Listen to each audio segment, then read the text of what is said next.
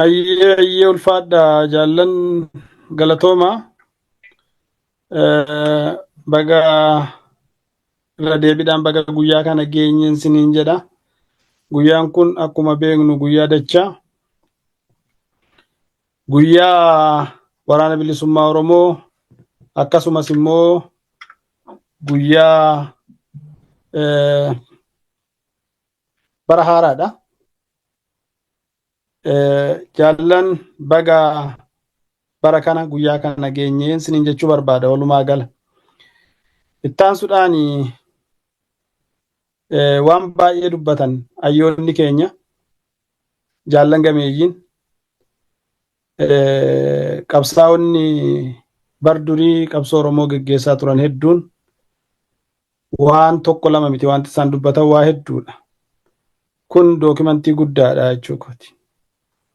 Har'a maal keessa jirra? Nutiin kun har'a maal keessa jirra? Maaltu harkaa nu qabaa jira? Isa jedhutti waa xiqqoo irraa jechuu barbaade. Har'a nuti warra mirga jaarmiyaa kana keessatti jaarmiyaa Abaaboo keessatti mirga dhaabni nuu kenne mirga dhaabni keenya nuu kenne gaafachaa warra jirrudha. Mirga keenya argachuudhaaf yakka hin jirre mirga gaafachuun akkuma waliigalaatti yakka miti jaallan. Namni yeroo hedduu yakkoota karaa siyaasaa seeraa fi akkasumas immoo hawaasummaa irratti nama irratti deemu hedduu isaanii gaafata. Heeraaf seera jaarmiyaa keenya keessatti dhaaba keenya irratti nuuf kenname seera addi bilisummaa Oromoo Abaaboon nuu laate deebi'amee yeroo ittiin akka hulee reebbamnu ittiin yeroo cunqurfamnu tumulla argamaatii jira. Namoonni haangoo itti fakkaatee haangoo mataa ofii fudhatanii uummata kana kabaja dhorkanii nama mirga isaatiif wanta akeeka jaarmiyaan seerarra kaa'ee isaaniif kenne dubbatan yeroo ittiin murni xiqqoon hoggansa walootiin hala baatee mirga namaa, mirga miseensaa, mirga qondaalotaa irraa mulqitee akka barbaadde bokkiftu argutti jirra. Kun seera miti. Kun yakka, kun cubbuudha.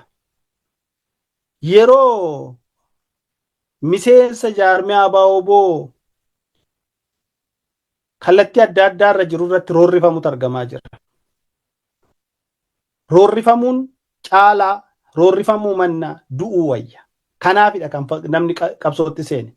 Kanaafidha ilmaan xixiqqoon dirree qabsoo keessaa kan falmaatti jiran. Kanaafidha warri har'a mana kanarratti argamnu kan qaamni keessan hir'atee bu'aa bayii meeqa keessa ba'aa turtaniif roorrifamuu jibbadha.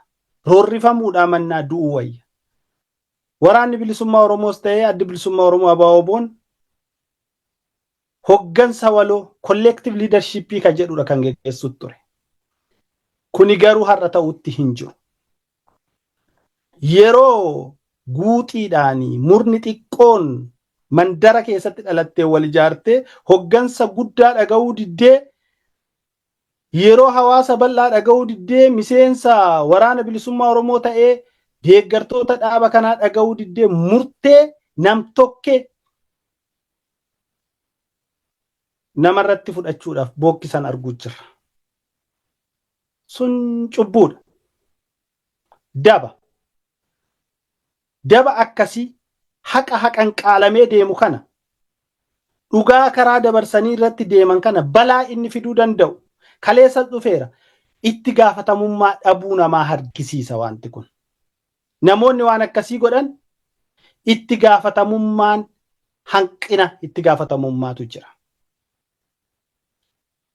Namni yoo mirga isaatii fi karaa seeraa xalayaa barreessee rakkoo kanatu jira jedhee rakkoo sana tokko lama sadii jedhee tarrisee hoggansa jedhee itti ergate deebii kennuurra waan hin dhageenyeef murna dantaa walitti hidhamtuuf waliin ta'uudhaan namoota har'a mana kana keessatti kabajatan ta'ee kallattii adda addaatiin jiran kana ofirraa dhiibutu filmaata ta'e jechuudha.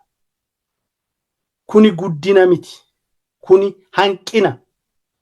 Namni har'a iddoo kanatti kabajachaa jirru kun karaa iimootiin namoonni 500-600 kabajachaa jiran kun karaa tiwutariitiin galgala kan ammoo amma sa'aatii asirraa baaniin immoo karaa tiiktookiitiin kabajachuudhaaf deemu namoonni kumoota kurnanitti lakkaa'amu kuni sababni namni kuni asirraa ba'ee waan kana gochuu jiru sababa hoggansi haqaa sababa mirgi miseensotaaf deebi'uu dhabuu sababa gaaffiin namaa ukkaanfamuu sababa roorrifamuu akka inni ta'e hubachuudha danda'uudha qabna. Roorrifamee jiraachuu mannaa du'ee baduunaa wayyaanaaf tokkoon keenya hin roorrifamnu. Gaafii haqaa qabnaa. Saba keenyatu miidhaa jala jira. Biyya keenyatu gubachaa jira. Kana deebisuudha qabna. Kanaaf walqixxummaadhaan yoo deemne yoo wal dhageenye yoo tokko lama sadii jenne waliin deemnedha furmaata buusuu dandeenya. Nam tokkeen ol ba'ee gabbayee akka barbaade nama godhuun daba cubbuudha kan jedhurraa kaane jechuudha. Egaa jaallan gaafa ati gaafii mirgaa gaafatte taargaa gantuu hattuu jedhamu sitti dhoobamaa jechuudha. Kan waggoota 5-8 jaarmiyaan kun biyya alaa keessatti ba'e gaaf tokko hojii hojjetee hin beekne kan rafu mindaa asirraa baafatee jiraachaa jiru guutuun har'a waggaa gabbayee hattuu namaan jedhu hin qaanfatanii.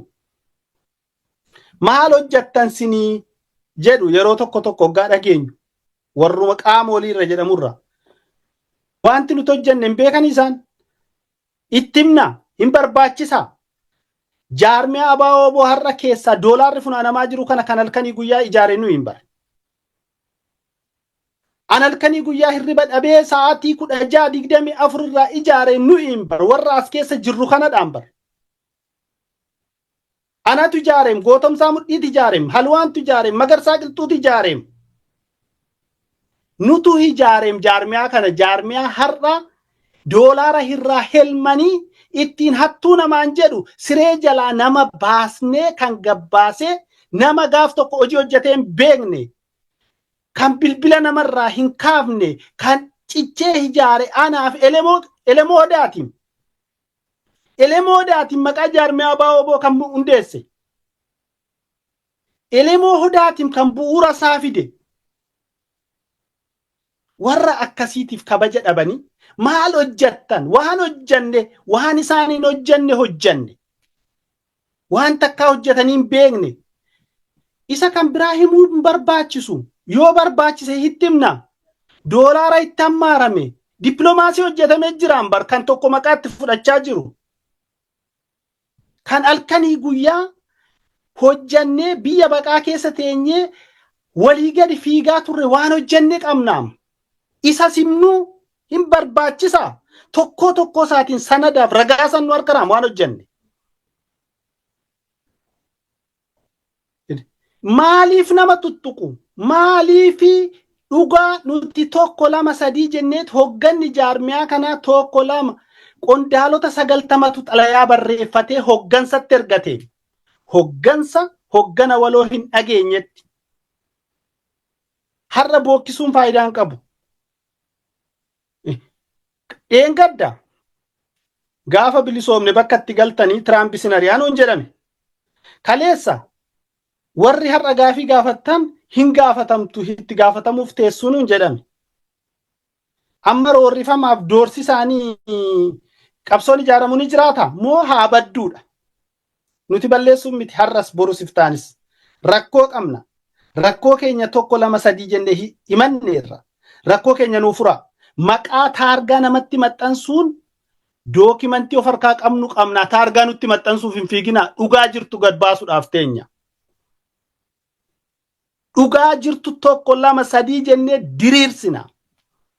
Oromoodhaaf bu'aa hin qabu jennee afaan keenya qabannee otoo harraffamnu, otoo kashalabbee arraba nutti bansiisanii, otoo namni nu beektuuf nu beekne waan keessa dabarte hin beekne ol baatee miidiyaa hawaasarraa nutti geerartu.